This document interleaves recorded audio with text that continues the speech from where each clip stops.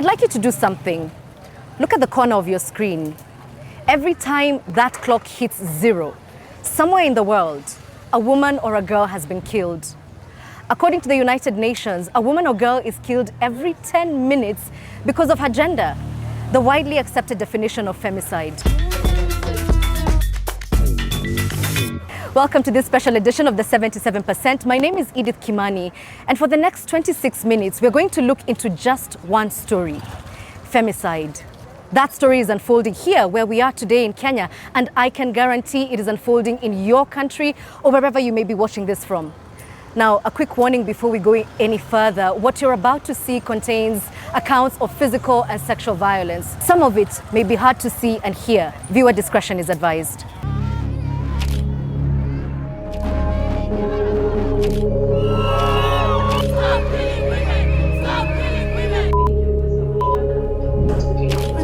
We go to report to the police. If I went, they would start by blaming me. Why were you dressed like this? I heard of this happening to others. I never thought it would affect our family.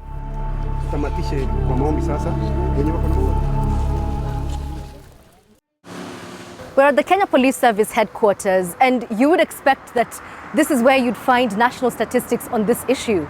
However, the latest figures are from rights and women's organizations, and they indicate that at least 7 women die from femicide every month. Other reports we've seen show even higher numbers, but without a national database, it's difficult to know just how many women are killed each year due to femicide. But we can be sure of one, killed in 2025 in her own house.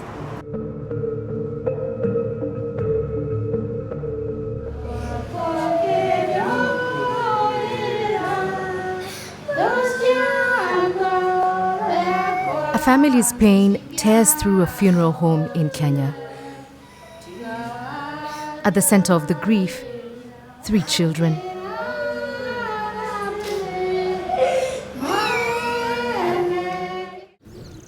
Their mother, Eunice Wanjiku, was stabbed to death 2 days before by their father in front of their eyes. Young people have gotten out of control. This generation of Gen Zs, and I know it's not only here, it's wherever you come from. At 32, Eunice had been married for more than a decade. Her younger sister, Susan, says she was close to the couple. But she also knows the relationship was physically abusive. On the day her sister was murdered, Susan had spoken to both of them.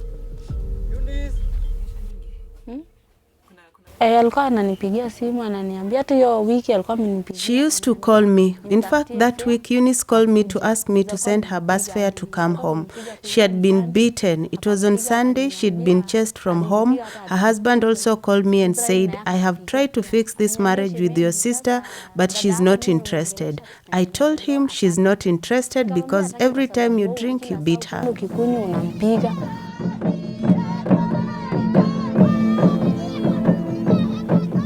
The exact details of what happened next aren't clear. The children reported that their dad locked them inside before stabbing Eunice.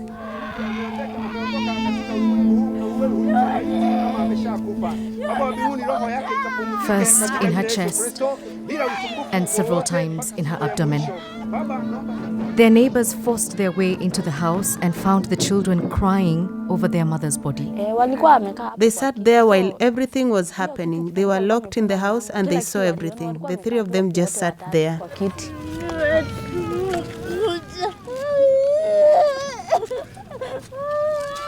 The children's dad was taken into custody.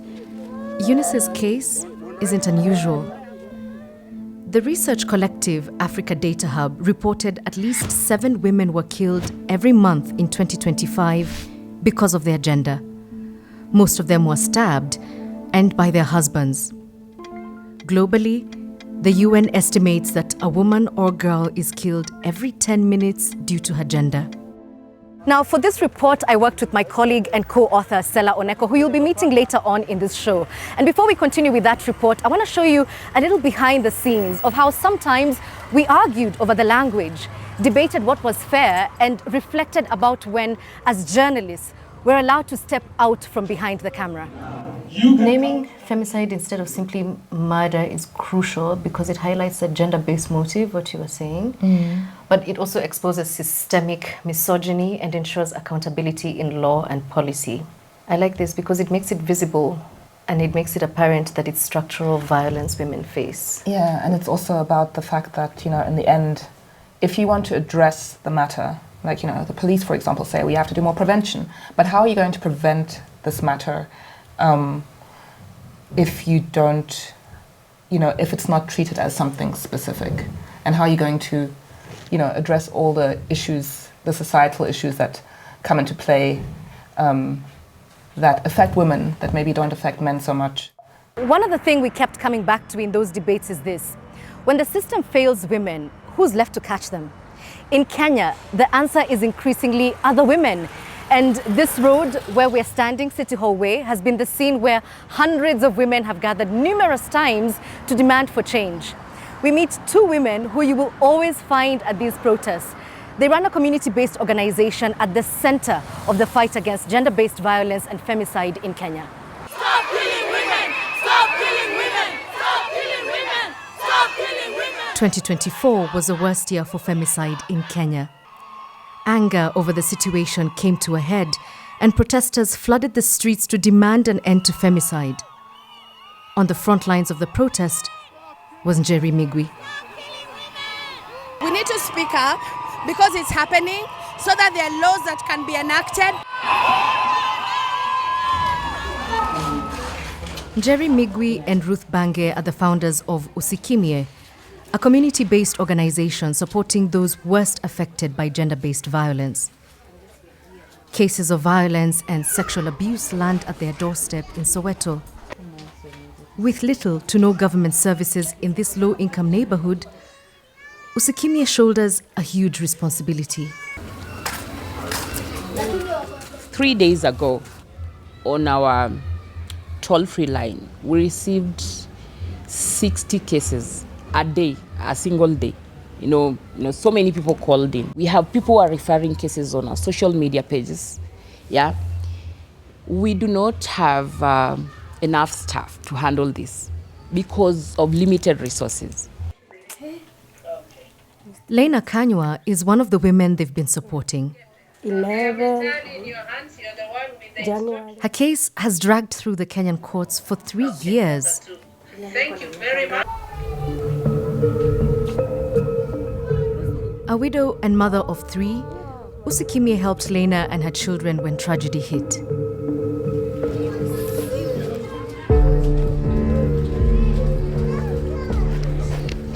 In March 2022, Lenah found her 10-year-old daughter, Mary Wamboi, in the worst imaginable state.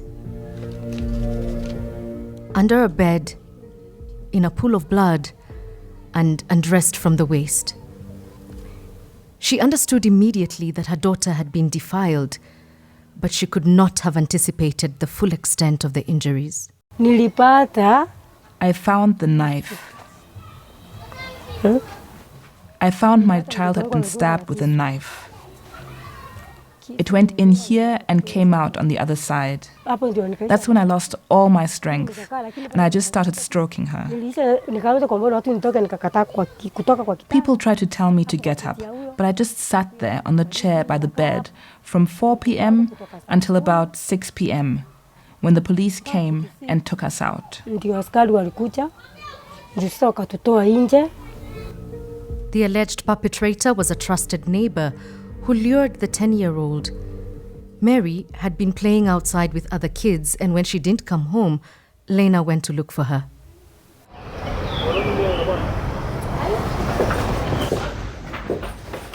Three years after her child's death, Lenah finally takes a stand in court.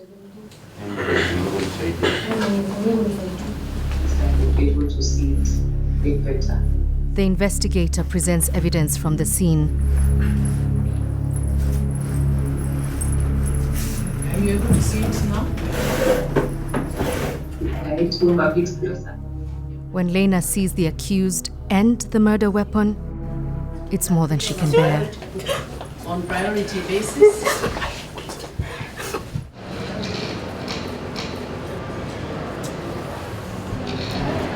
Nimemwona tu hivi. I saw him and I felt, Siku-imagine anaweza nifanyia. because I never imagined someone I had lived next to for 5 years could ever do this to me. Siku-imagine. I never imagined it. Kabisa. Nimemwona. So seeing him there, This is just the beginning of the legal battle. Under Kenyan law, what happened to Mary is considered defilement and murder. The term femicide does not exist. Lenah has been in and out of court for 3 years, and her case is sadly normal here. Kenyan femicide cases in big counties like Nairobi and Mombasa take on average 4 years to conclude. So why does it take so long? To help us understand, I'm joined now by Elsie Milimu. She is an advocate of the High Court, and her work focuses on human rights and women's and health rights. Thank you so much for joining us. So we're talking about cases taking an incredibly long amount of time, and your organization where we're at actually advocates and has cases which are currently in court. So you know why it takes so long, right? Why does it? Ideally, it's a matter of systemic issues, number one. So beginning with the number of cases in court, there's a lot of backlog as it is and not enough judicial officers to address them.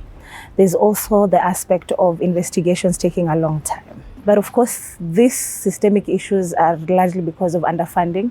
I don't think as Kenya we prioritize matters gender. We've not really recognized GBV as a national disaster that it is. Yeah. Yes. Is there a guarantee that because my case gets to court, that it will conclude with some form of justice at the end of it? Not necessarily. You must remember that aspects of GBV and femicide really are criminal in nature. And so the prosecution really has to prove beyond reasonable doubt. And of course, it's difficult to get evidence because in these cases, usually it's just two people involved. Exactly. So because it's he say, she say, and often, again, I love that question that you asked, because typically such crimes take place in a private setting, not in a public setting. So there's that, and so that's when forensics comes in. And so if we as a country do not have the proper mechanisms, the proper tools to really collect forensic evidence, then likelihood of that case failing is very high. Would you trust our court system if, knock on wood, something around GBV was to happen to you or your loved one? Are you sure that you will get justice? It's it's a difficult question. Yeah. I would say it's possible, but it takes a lot of effort. I would say this though, femicide just doesn't happen. There are warning signs, there are things we see. You might see a colleague with a mark somewhere. So really the onus is on all of us, yes, not just the judiciary. So we do have systems, but it takes the society, but it also takes state accountability. Let the state organs fulfill their due diligence obligations, yeah. Wow. Thank you so much for your insight. Thanks for having me. Since we started our show, our clock has already counted down to 10 once. That means one woman somewhere in the world who was alive when we said hello to you is now dead simply because she was a woman. So the question becomes, what are institutions like the High Court here and governments doing to protect women and girls? In Kenya, the police say they're offering victim-centered training to their officers. The president appointed a task force specifically to address femicide. But what's been the result at the end of all these government efforts?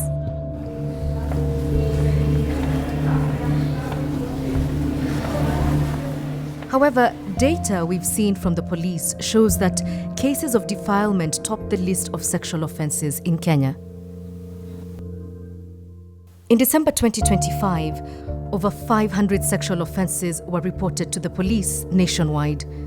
Of these, more than 400 were cases of defilement, a term specific to the sexual abuse of minors. 72 were rapes of adult women. That same month, there were 3 recorded murders related to gender-based violence, what we call femicide. Men aged between 20 and 29 were the top offenders. Police say that because most of the perpetrators are known to the victims, more effort must be put into prevention.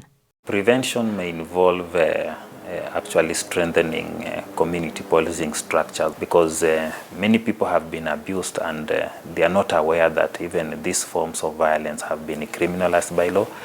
This is how these cases can be referred, and these are the existing support services that exist. Despite Okachi's claim that all police stations in the country have a trained gender officer, trust between community and police remains weak. People are not reporting these cases to the police, and we must find a way of encouraging them to come forward to report these cases. They must trust in law enforcement that we can handle their cases so that we can assist them. The government knows there's a problem. In 2025, the president appointed a task force to develop a national response to femicide and gender-based violence. The task force traveled across Kenya to hold town hall meetings where mostly women and some men gave their unfiltered perspectives. Silence, victim blaming, and stigmatization. When we go to report to the police, for example, if I went, they would start by blaming me. Why were you there? Why were you dressed like this? Why were you out at that time? Men feel that they should dominate over women. There is no punishment given to those who are caught maybe doing the rape. Now it gives them that power to continue mishandling the other gender. After hearing the testimonies, the task force chair acknowledges ending gender-based violence is everyone's responsibility. So at this point, we are to look at everything, including the family structure.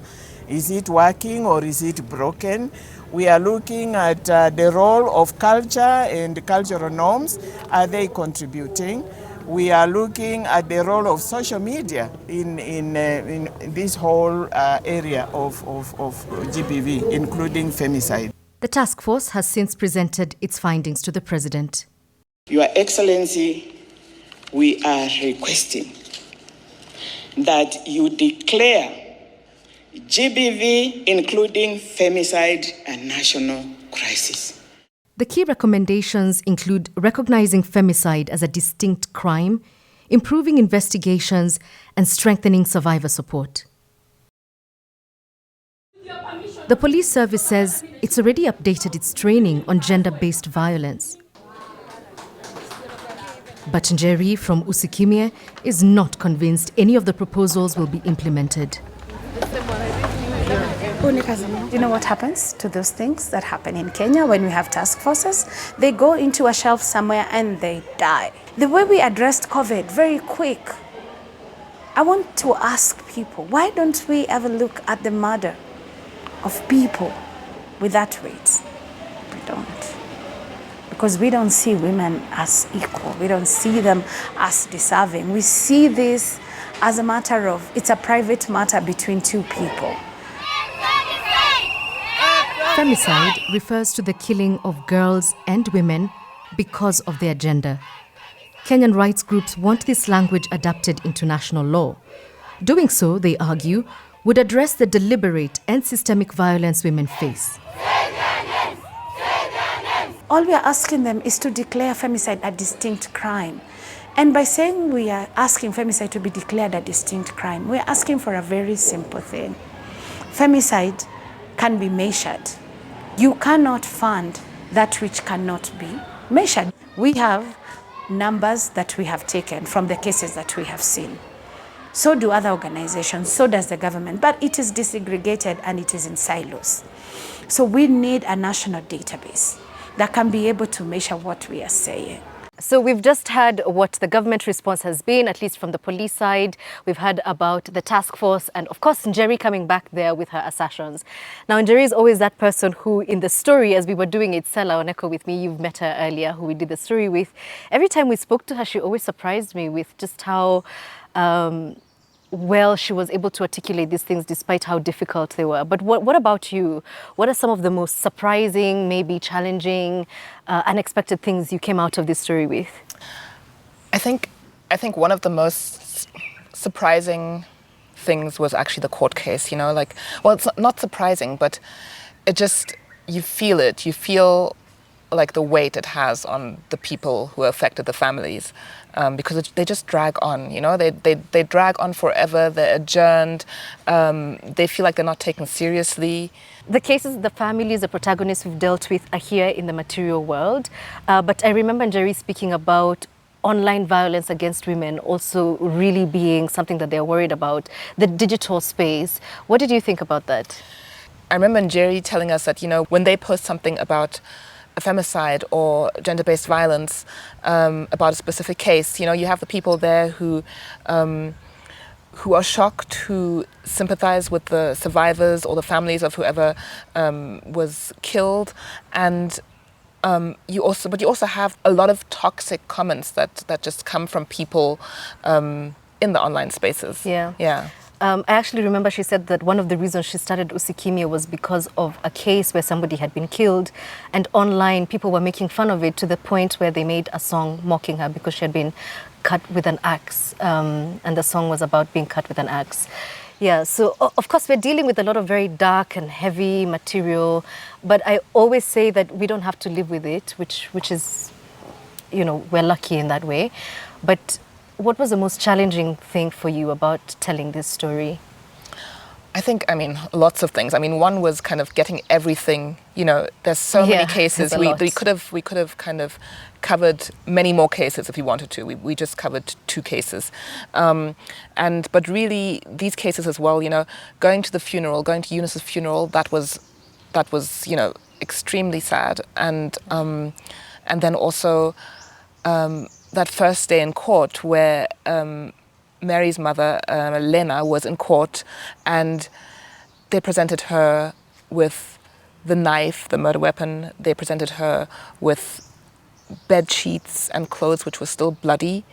These are the ones that had wrapped Mary. Exactly, and so I think those were some of the moments which really stuck with me. I don't think we are going to forget that for a long time. But you have not seen how this story ends. There was a lot to put in, but we figured out exactly where we wanted it to end, and this is exactly how it does.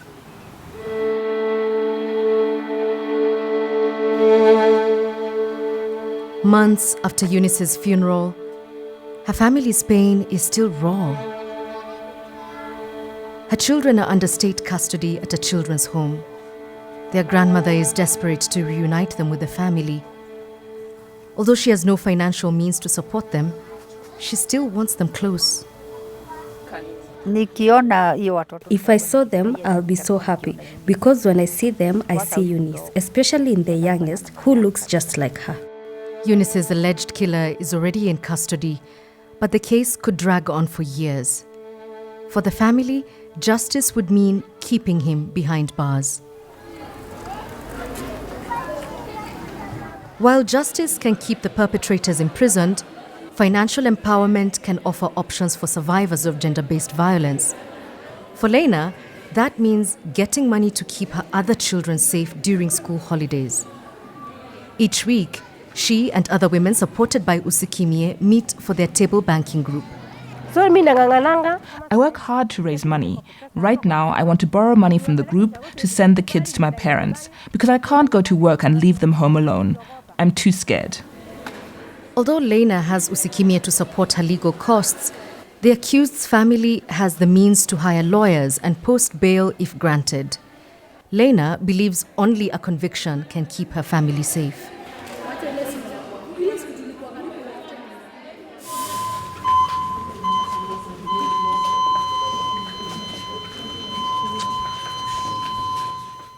On another side of town, Usikimie wants the Kenyan public to finally take off its blinders.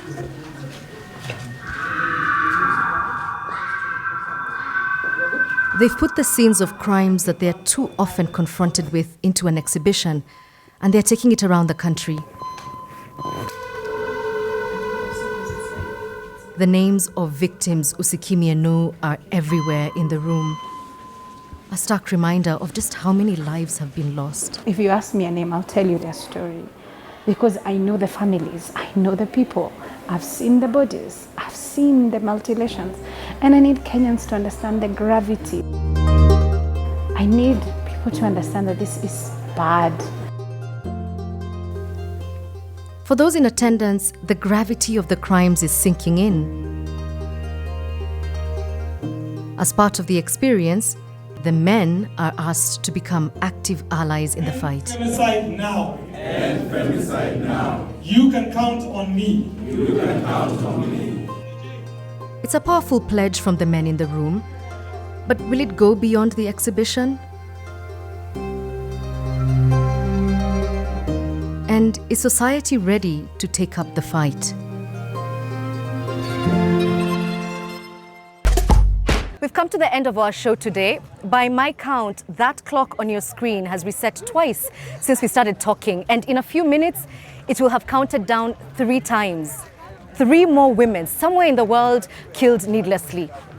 On behalf of everyone involved in this special edition of the 77%, thank you for staying with us through this difficult edition. Until the next one, it's bye-bye from me, Edith Kimani, here in Nairobi.